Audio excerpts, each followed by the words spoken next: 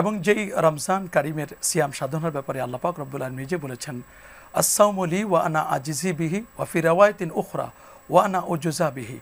রোজা কেবলমাত্র একমাত্র আমারই জন্য, আর এর প্রতিদানটি আমি আল্লাহ নিজ হাতেই দিব। আবার তিনি এভাবে বলেছেন যে এর প্রতিদান আমি আল্লাহ নিজেই হয়ে যাব। প্রিয় দর্শক, বুঝতে পাচ্ছেন আল্লাহ পাক রব্বুল আলামিন আমাদেরকে সিয়াম সাধনা দান করেছেন, মাহে রমাদান দান করেছেন।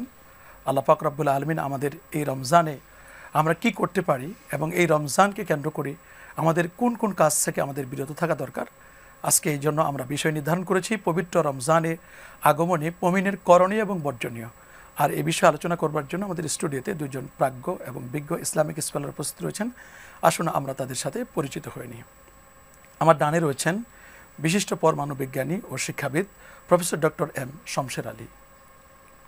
আসসালামু আলাইকুম। ওয়ালাইকুম আসসালাম ওয়া রাহমাতুল্লাহ। আমাদের সাথে আরও রয়েছেন ইসলামী বিশ্ববিদ্যালয় কুষ্টিয়ার সম্মানিত প্রফেসর ডক্টর হাফেজ মাওলানা এবিএম হিজবুল্লাহ। আসসালামু আলাইকুম ওয়া রাহমাতুল্লাহ। স্যার, আপনার কেমন আছেন? আলহামদুলিল্লাহ। আমি প্রথমেই আমাদের professor doctor M Shamsher Ali sir আপনার কাছে জানতে চাচ্ছি যে আপনি জানেন যে মাহে রমাদান আমাদের মাঝে চলে আসছে। আমরা আহলান ওয়া সাহলান ইয়া রমাদান, আহলান ওয়া সাহলান ইয়া শাহরার রাহমাতি ওয়াল মাগফিরাতি ওয়াল গুফরান, আমরা রমজানকে স্বাগত জানাচ্ছি। এই যে রমজান কারিম আল্লাহ সুবহানাহু ওয়া তাআলা আমাদেরকে অত্যন্ত দয়া করে মায়া করে দান করলেন, এই রমজান পেয়ে আমাদের কি কি কাজ করা উচিত বলে একজন মুমিন হিসেবে প্লিজ আপনি বলবেন। রমজান মাস আল্লাহর একটা অনুকম্পা বা দয়া মানুষের পরে। এটা বুঝতে হবে তার শরীর কিভাবে কাজ করে, এই ফাস্টিং তাকে কি করে উপকার করে, ইত্যাদি ইত্যাদি।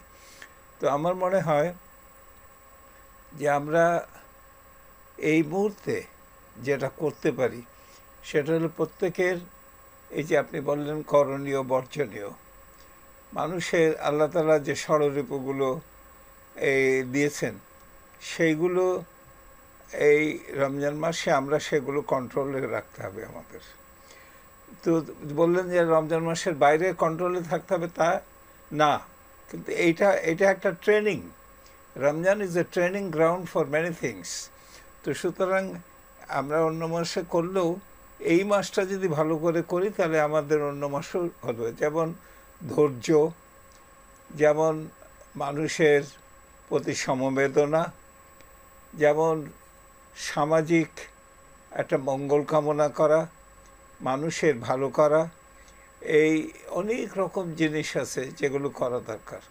তা আমি প্রথমে হাত জোড় করে সরকারের ব্যবস্থাপনা এবং ব্যবসায়ীদের পরে একটা জিনিস বলতে চাই যে সারা পৃথিবীতে রমজান মাস আসলে দাম কমাবার প্রতিযোগিতা হয়, বিভিন্ন প্রোডাক্টের উপর ছাড় দেওয়া হয়। হ্যাঁ, বিভিন্ন প্রোডাক্টের পরে ছাড় দেওয়া হয় যে মানুষ যাতে খুব অল্প আয়োজনেই তার জিনিসটা কিনতে পারে, দাম কমানো হয়। আর এইখানে বসে থাকে ব্যবসায়ীরা, কখন আসবে ঈদ, মানে এই রমাদান, তখন জিনিসের দাম বাড়িয়ে দেব। এই পেঁয়াজ, আলু, তেল, ভোজ্য তেল, এই সমস্ত জিনিসের দাম, চিনি শিশুদের জন্য